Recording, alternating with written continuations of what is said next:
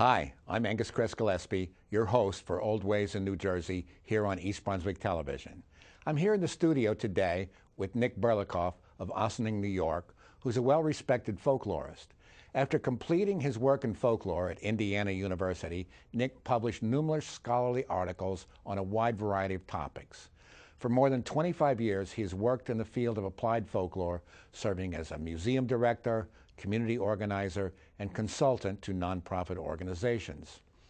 Building on his interest in both the Russian language and the Buddhist religion, Nick has recently published two important books relating to Kalmykia, an autonomous region within the Russian Federation.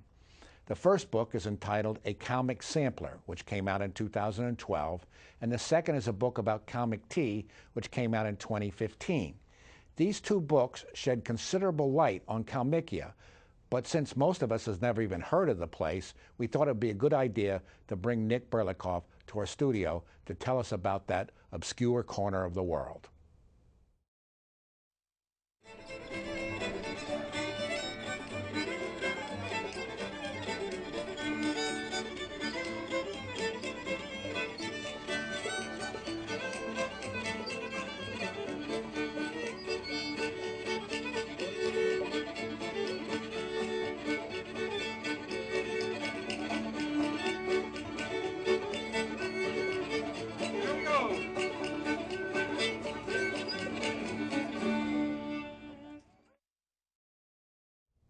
Hi, Nick. Thanks for agreeing to this interview. Well, thank you for asking me. Yeah. It's a pleasure to be here in East Brunswick. And let's get started. Where is Kalmykia? Kalmykia is one of the republics of the Russian Federation. I think there are 13 or 15 of them. It's on the southeast. It's kind of like the last representation of Europe before you head into Asia. Okay. So it's right on the border there.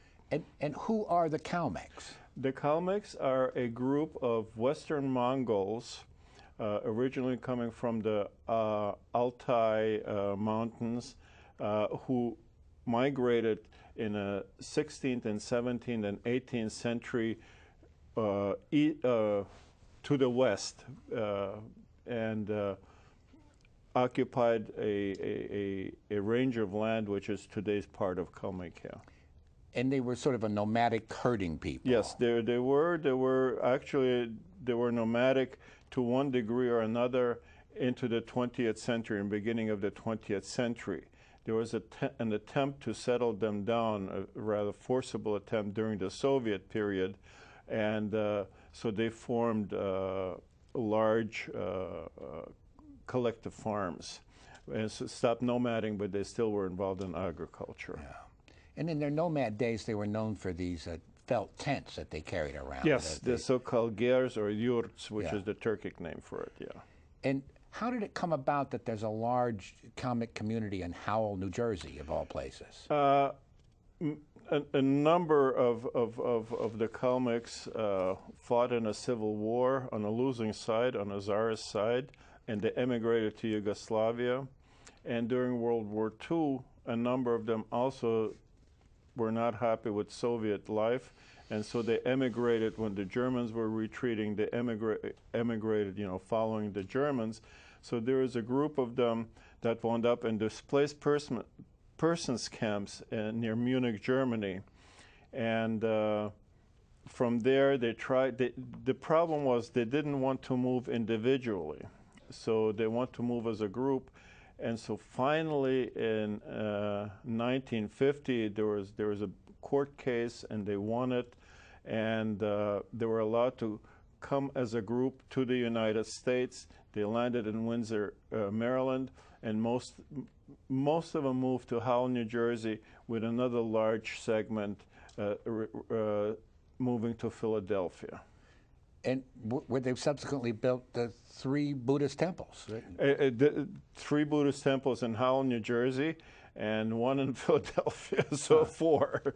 And approximately, I think today, they estimate somewhere between 2,000 or 3,000 total population. Yeah. And how did you get interested in their culture? Well, actually, it was part of a project. I was writing a paper about Buddhism in Russia. And I knew about the Kalmyks, and I thought, let me see how they practice it and what relations between their practice of Buddhism and because the Kalmyks are Buddhists, and I knew that.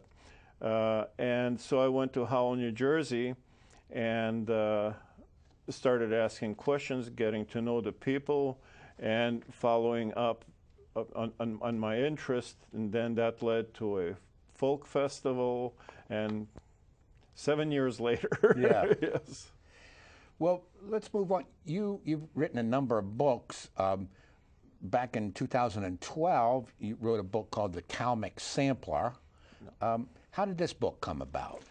Well, it actually happened, it was almost by accident in a sense, is when I first went to the temple in Howell, the first temple in Howell, I noticed there was a very intriguing flag on the entrance vestibule. And it had this creature sitting what looked to me like a horse with this kind of strange shape on it.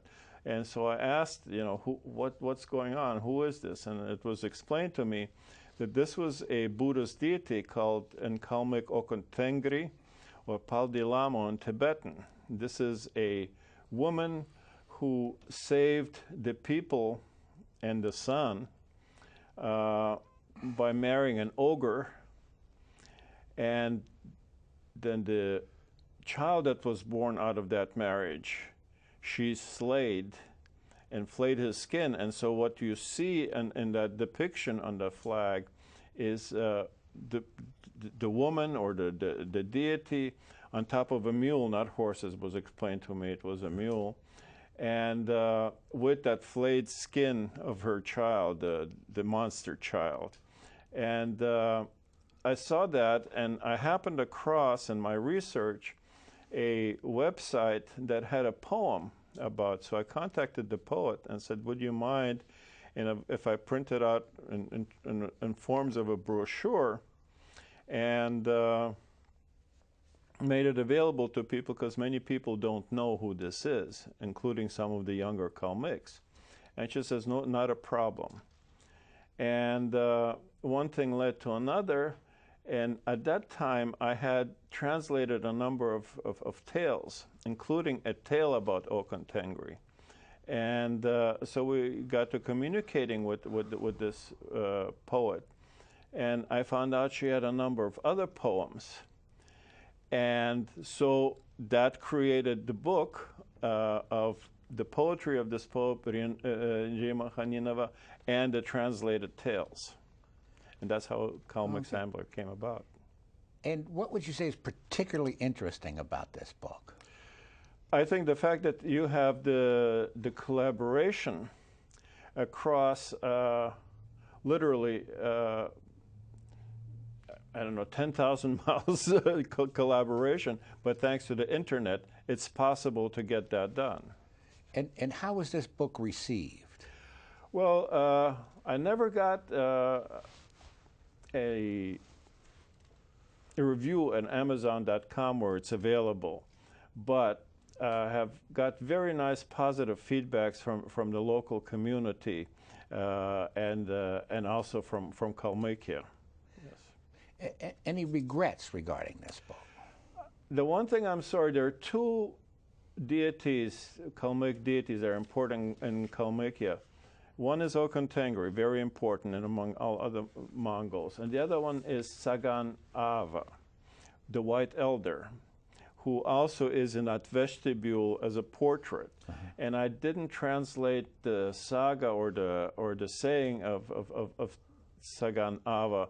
If I had both of them, I would have a complete set, if you want to say, of legendary tales. I guess there's always something you could have done. Yeah.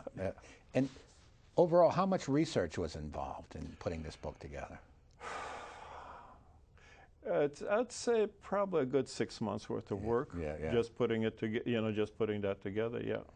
And did you work from an outline, or did you write as the ideas came to you? Well, I had the materials, the tales, and the translations, and the poetry, And so that was a question of then researching the background and developing. The commentary. Yeah, and the most intriguing part, really, you know, you were asking what was one of the most impressive things, was that I persuaded a friend of mine who's a graphic artist, who's of Uruguayan background, to do traditional Kalmyk graphics. Okay? Wow. So he would draw something, we would send it to Kalmykia. They would say what he did wrong, I would send it back to him. And so we had this whole process until they were happy that he had something authentic and yes, worked graphically. So this was, you know, part of that whole collaboration process, yeah. And Brian, tell us a little bit about the cover and how that came about. The cover, the cover on the Kalmyk sampler, it's a sacrificial table of the most important Kalmyk holiday, Zul. And so this is an actual photograph of the 2010 Zul celebration, and indicates that this is the Zul, this is the time of Okentengri, and leads into that. And let's move on to the next book, the book Kalmyk Tea. It came out in 2015, some 3 years later. Is there a backstory on this book about Kalmyk Tea? Well, actually, there are two backstories. Okay. You know? Okay. All right. Nothing is simple when you're dealing with nomads. Yeah. But one of them is that the idea for the book came from this poet, Rima Khaninova, with whom I worked on a Kalmyk sampler. She had a number of poems, and she really thought this would be a good idea. So that was, that was one of the elements that went into it, yeah. And what do you see as the best accomplishment of this book? The incredible collaboration. We have, I think, I forgot the exact number, 12 or 15 different translators, poets. We have 3 languages. There are poems and legends in Kalmyk, in Russian, and in English. Of all nationalities, two of the translators are Brits. One of them is an American who works for Ernst & Young in Moscow. Okay? Yeah. So it's this incredible collaboration. There is one scholar that's working in Armenia without most of these people ever meeting each other in face to face, and it worked. Okay. Well, I guess thanks in part to the internet, I would assume. That's it. It's the magic of the internet.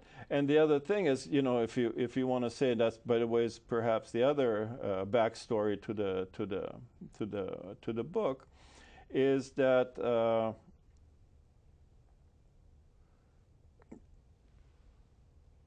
it reacquainted me with the history of the Kalmyks in a very, very personal way, and it's reflected in the cover. In a sense that when I was just starting to do the research, this was in the winter of 2010, one of the members of the congregation I was working in said, you know, you ought to talk to this elderly lady. She's one of the original pioneers, and who came, you know, in the 1950s immigration. And I sat down and I started talking to her and discovered that she was from Belgrade, Yugoslavia, where my mother was from. And so I asked this stupid tourist question, did you happen to know my mother, you know? Yeah. But as it turned out, this lady went to the gymnasium, the Russian gymnasium that my mother went to, so it wasn't totally like a high school. Yeah, high school. Yeah. And she said, what was her name? And I gave her my mother's maiden name. And she said, Sveta, which is the diminutive of Svetlana, my mother's name. And I said, yeah, Sveta, is she still alive? Okay, and I said, no, she passed some years ago. But for this 1 second, this microsecond, it almost seemed like my mother was there, because there was somebody out of her past, 60 years later, in a totally strange and foreign country I meet, who's there. Wow. So incredible feeling. So it's not just academic, it's personal. It's quite personal, and it's quite moving to me. Yeah. And how successful has your quest for reviews been so far? Well, this one has gotten quite a number of positive reviews on Amazon, which I'm very happy with. There are two things that particularly please me. One of them is kind of very pragmatic. There's a gentleman in New Brunswick, New Jersey, a Kalmyk gentleman, who initially bought both of the books, and then got so inspired by the book that he bought the book I wrote about borscht and a book of my wife's poetry. Okay, but the other one was delivered by Paul Sutkin, who is probably the most popular, well-known culinary writer right now in Russia, who in a letter to me said that perhaps every book that deals with food items should follow the patterns that you've set, which I consider, It's a template, a model. Yeah. Quite a compliment. Well, if you were trapped in an elevator and you had to give a brief description of the book, what would you say? It's a book about a food, Kalmyk tea, jomba, that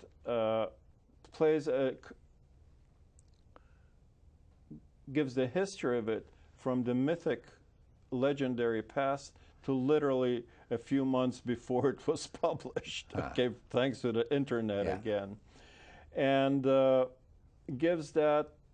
shows its significance both as a food item, but more importantly, perhaps, as a cultural item in a self-identity, in a belief structure of the Kalmyks. And for the benefit of our viewers, how do you make Kalmyk tea? What are the steps involved?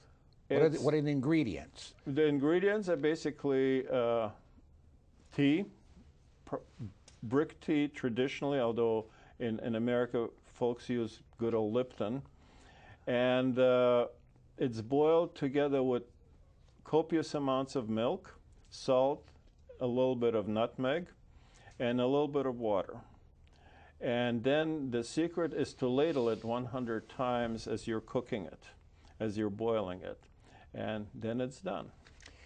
And from what I recall from your book, the Kalmyks would have trade with China, and they would have these bricks of tea, and they got the tea, literally the tea from China to make this stuff. Yeah, this was, and for the Chinese tea sellers, this was wonderful because they used all kinds of leftovers and sweepings. It was the cheapest, and it also held forever because it was dried and it was compressed into these bricks and easy to transport on a silk route. And what did the Kalmyks give the Chinese in exchange? Horses. Ah, okay. Horses. The Kalmyks are most Kalmyks historically could ride horses before they could walk.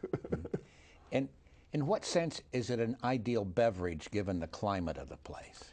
It's great in the sense that it's highly nutritive, it's bracing, and you use salt instead of sugar, so you don't get a sugar high, but helps to retain liquids in a semi-arid area. Uses very little water because most of the liquid is milk, and it's basically a food. And so there are stories about in large families, the Kalmyks, they would just start boiling a pot of tea in the morning, and it will be available all day as people would go around herding sheep and all that, and then coming in and having a bowl full of the tea and going on their business again. And who were the first outsiders that described this beverage? Well, there are a number of them in Russian literature. Probably the most famous one is Alexander Pushkin, Russia's national poet.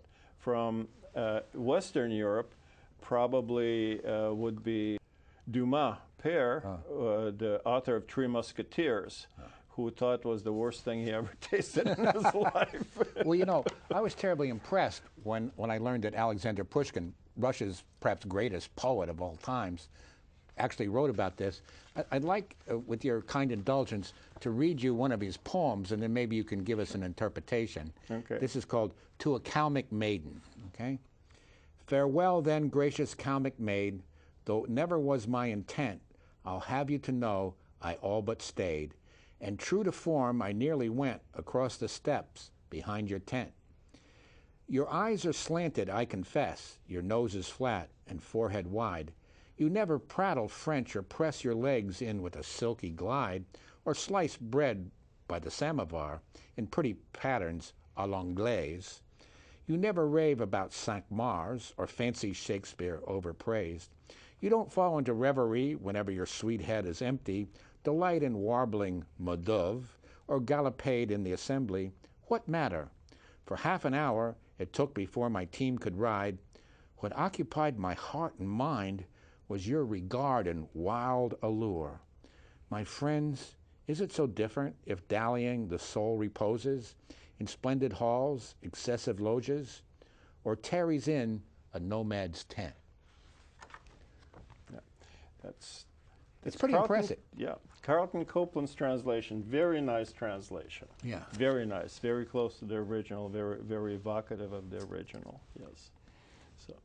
And Nick, enough about you. Let's talk about me. Okay, if you put it that way, I can't refuse that offer. Yes, no, seriously, you know, you've interviewed a number of people about the Kalmyks, and I also understand that you are heading up a project dealing with the Kalmyks currently. What perhaps you could mention a little bit about that project. Thanks for asking. We're currently at Rutgers, we're working on something called the Kalmyk Diaspora Archiving Project, KDAP. And the way this came about was in 2011, we put on the New Jersey Folk Festival with a focus on the Kalmyk people, the Kalmyk traditions. And the way the Folk Festival works is we spend a whole year researching the group that we're presenting. And we reach out with phone calls and shoe leather, and we try to meet the leaders in the community who in turn lead us to the tradition bearers, the singers, the dancers, the musicians, the storytellers. And then we cull through this information, which we acquire over the course of the year, and we present the very best at the Folk Festival. Then normally, we drop that group and we scramble to start researching the next group. But an interesting thing happened. It was quite different back in 2011. We got a request from Kalmykia, and we got a request that we archive the materials that we had acquired. We wrote a grant proposal to the New Jersey Council for the Humanities explaining that we wanted to archive these materials, and to our pleasant surprise, they gave us a programming grant which involved publicizing the concept to get the Kalmyk families to donate their materials, and it also involved public programming along the way. Then simultaneously, we reached out to the International Affairs and Global Outreach at Rutgers, and they got on board with the project.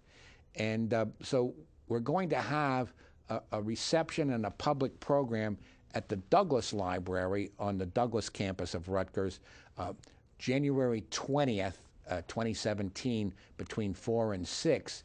And the idea here is to publicize the event and to draw attention to it in order to encourage people to donate their materials. Oh, I see. Well, it sounds like what you're describing is one of the planning mini grants that the committee gives to folks to try to develop future projects that may get further funding, hopefully sometime in the future.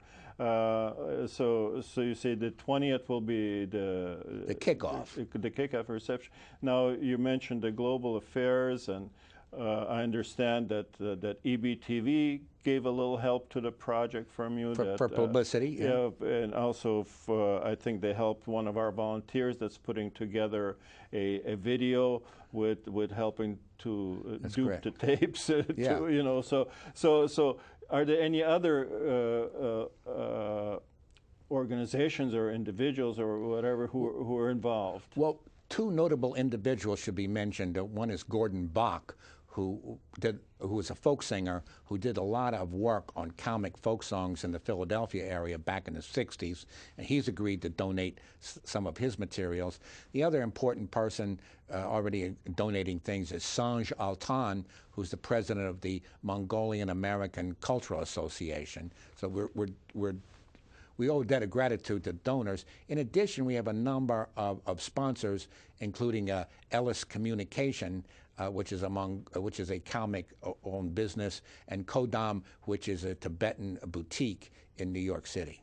Oh, I see. Well, it sounds like the community is coming forward, the business community is coming forward, the granting community is coming forward. It sounds like it's going to be a success. I think so. We're very gratified by the response. And Nick, I want to thank you for coming out to East Brunswick today and sharing your knowledge about Kalmykia with us. Well, I thank you for the invitation and for the good company and the very gentle interviewer style. Okay.